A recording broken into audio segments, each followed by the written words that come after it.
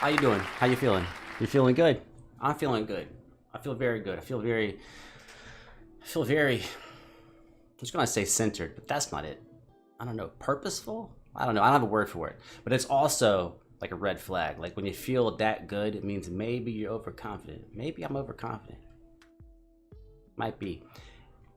Anyways, Angelina Jordan, Autumn Leaves. If you remember from the previous reaction, I was gonna do this one first, and it was like, don't do that, don't do that. Do it. Just do what you see. Just do it. You'll get to the other stuff.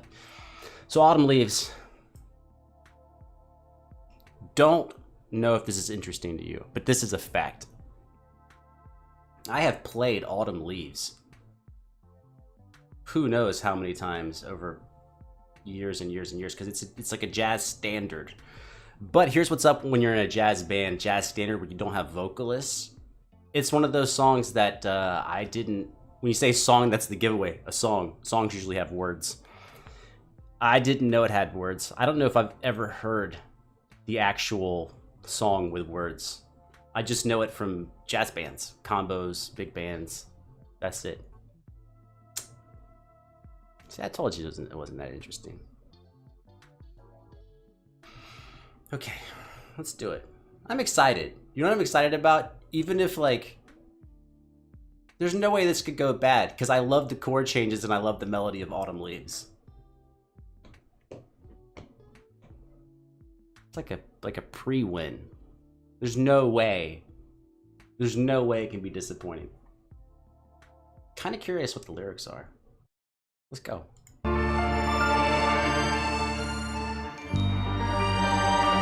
We definitely didn't have this intro for Autumn Leaves. That's a dominant chord.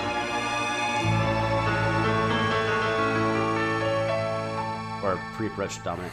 The fallen leaves drift by the window. The autumn leaves of red and gold. Okay, I just have to give you my perspective as an instrumentalist. How I'm already shook. Obviously, you know, the singing, right? But let's relate it back to the original concept that I never played it with a singer ever, even though many times. I've never played it this slow with anybody, but that's because, especially when you're dealing with guitar players, like we don't have a lot of sustain on our notes. Horn players, you know, you can. But a lot of times when you're in a band setting, you're going to rotate soloists or melody players. You keep the tempo for all of the players. So obviously, the horn players do the best job of mimicking singing because they can crescendo after they start a note. But I'm like, oh yeah, that's why it's awesome to have a singer, because you can go slow and they can take up all that space. I see your lips, the summer kiss. I would like a little percussion. The sunburned hands. Oh. Well, let's keep filling in the gaps. We just talk about music as it happens. Okay, there's no percussion. Who's keeping the time? Bass player. Bass player's keeping the time. Doesn't always have to be a drummer. Bass player's keeping the time right now. I used to hold since you went away. The days go long, and soon I'll hear old bitter song. Okay, you're gonna hate me for interrupting this much, but I have to be me. I have to do what I'm doing. Hearing those strings, I'm kind of wondering if this is an arrangement from somewhere else and maybe it's mixed differently and I can't hear what's going on. The way the bass player is playing does not actually seem clearly in time. Usually when the bass player is holding the groove down, it's very clear. This might be one of those that's a backing track from somewhere else. I'm guessing where they'd have a conductor. It really seems like there's a conductor for this.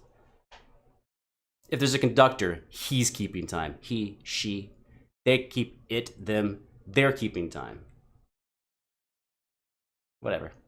But I miss you most of all, my darling. When autumn leaves start to fall.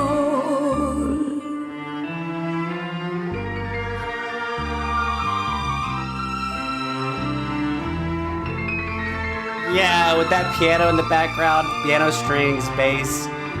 I feel like this is being conducted.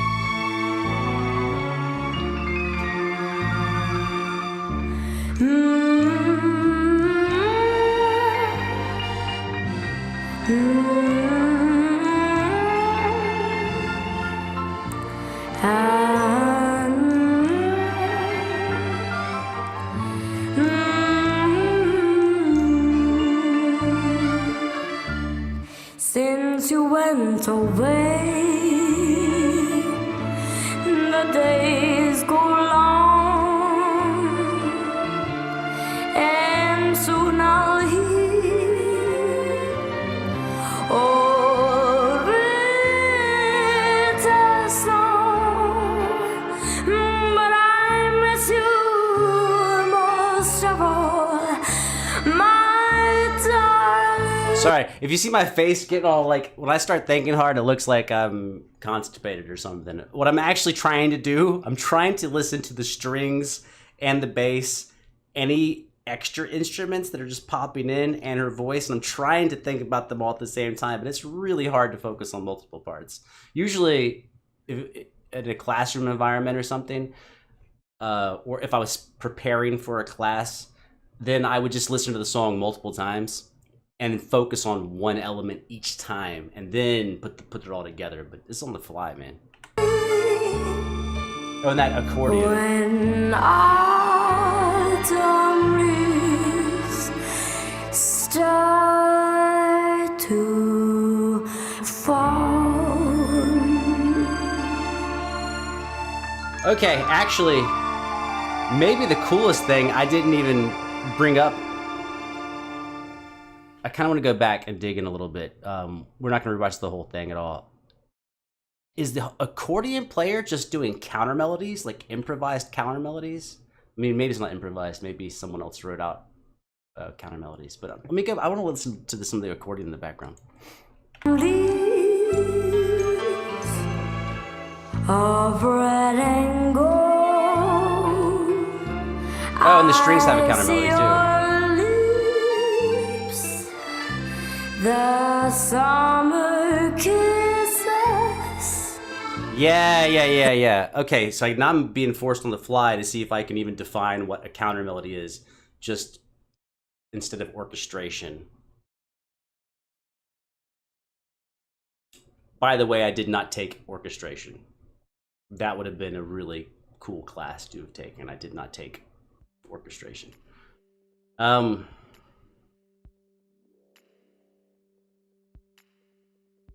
A counter melody has elements. I'm making this up, by the way. I don't think I ever read a definition of counter melody, so I'm just like trying to see if I can say something that makes sense as to how I think of a counter melody. A counter melody is something that has the feel of a melody. It has kind of the function of a melody, and it's something that goes against, which is counter, right? Counterpoint, point against point. When you think about Bach. Counterpoint, point against point, lines against lines. So counter melody is a melody that moves against the original melody. As opposed to just regular old rhythm section, I don't know if I don't want to say orchestration because like I didn't take the class. A lot of times the instruments are filling out the chords. I can never get the other hand in. A lot of times when you actually look at a score of music and there's a lot of things going on, you have like a melody, counter melody somewhere in there, you know, maybe some motifs thrown in. And then you have filling out the chordal structure, and then you have approach tones, passing tones, moving to other chord structures. But they're really, I was gonna say not singable. They're singable, but they're overly simplistic. Like a motif, maybe. A motif, definitely passing structures inside an arrangement. Neighbor tones, passing tones, approach tones. There's not really they're singable, but there's not a singability to them. It's not something you would typically, if you're listening to the song, you'd want to sing. But I think if you listen to the song, 4 or 5 times and you focus on the accordion along with her, you might find yourself singing her lines and then humming the accordion lines. Does that make sense? It's almost like a secondary melody. Yeah. I'm interested to see how people respond to this because, Angelina fans probably expect the focus to always be on the singer. I don't know, it's just not. When there's so much interesting stuff going on, why would you focus on one element? There's just so much cool stuff going on.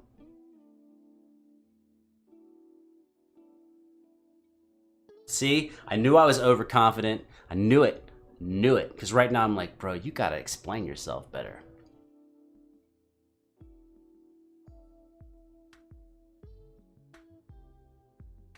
Okay, I'll try. I will try. Let's give it a last-ditch effort. There's a weird mix to the backing track, so I feel like there's some extra musical elements that might have been there that I don't really hear. But right, we definitely had a piano, string section, bass player, accordion, and Angelina. So when you think about things typically from how many people you have, that's a very small setup. 5 people, quintet, very small. Well, I say quintet. We don't know how many string players there were. There could have been 4 or something. Maybe 2 violins, 2 violas, or just 2 violins, or 1 violin double tracked or something. But it's actually a very intimate arrangement of the song. But it's really complex for how few people are participating, what that kind of reminds me of is like a string quartet. Violin, viola, cello, bass. And the key to making it work, I think off the top of your head, the key is the singer's amazing. But the key to the arrangement working is that when you have so few ingredients, they need to always be complementing each other. So we have these counter melodies in the string section and the accordion, and by having them with 2 different instruments, we get 2 different sets of timbres and 2 different feels of how they work in the arrangement. Bass is very straight down the middle. The bass is very foundational, which is why I said timekeeper. There were some parts where the bass seemed a little weird time-wise, which made me think of conductor. I think someone was... Which, you could have a quintet where you have a principal person who's keeping time for everyone with head nods. That's really the thing. Here's the beat. Boom. Boom. Because in a string quartet where people play together, that happens a lot.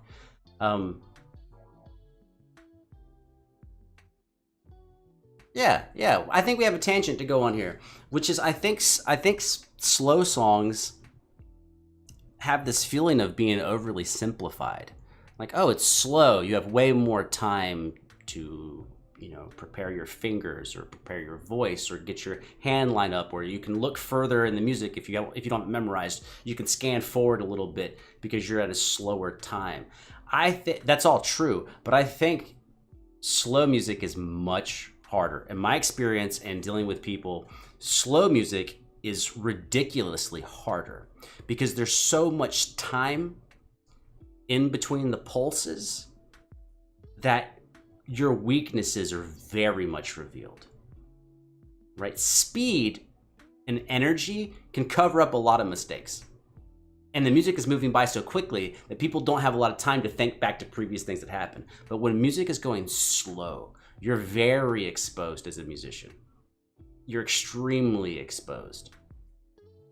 And if you have any little quirks or habits on your notes, your attacks, the releases, now they're going to be happening back to back very slow, and it's going to be very easy for even an untrained person to notice, that's weird, bro, what they're doing there. Why do they always do that?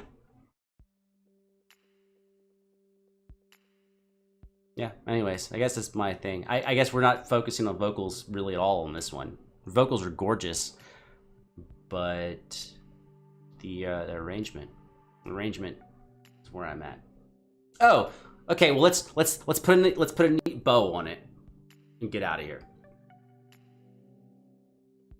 What I said about being exposed is true for everyone in the setting, including the vocalist.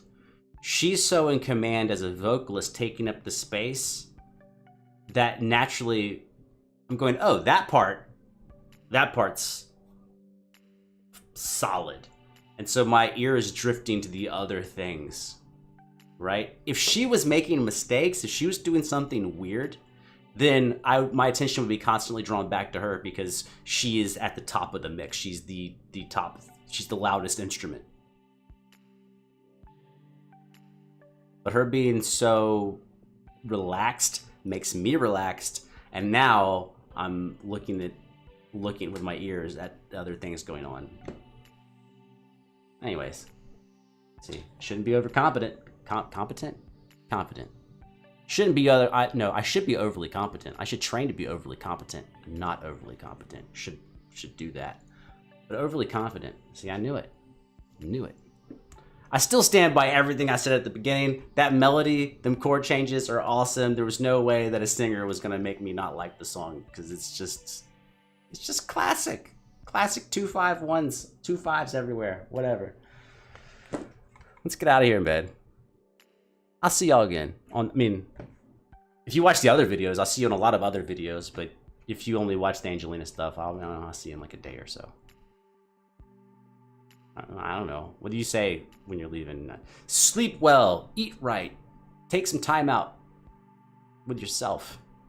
And if you're too busy to take time out, I'm talking to you. You gotta take some time out. If you're like, I'm so busy, you don't know what my life is, I'm driving people back and forth, bro. If you're driving, if you're like, I don't know, you got a lot of responsibilities, when you're driving somewhere, just pull over into a gas station. And just park the car. Just sit in the car for 5 minutes. Just 5 minutes. Time you got stuck in traffic was a little worse than they expected. You can find, if you don't have time, you got to find time. You have to. You need it more than anybody else. All right, I'm out of here for real. Goodbye.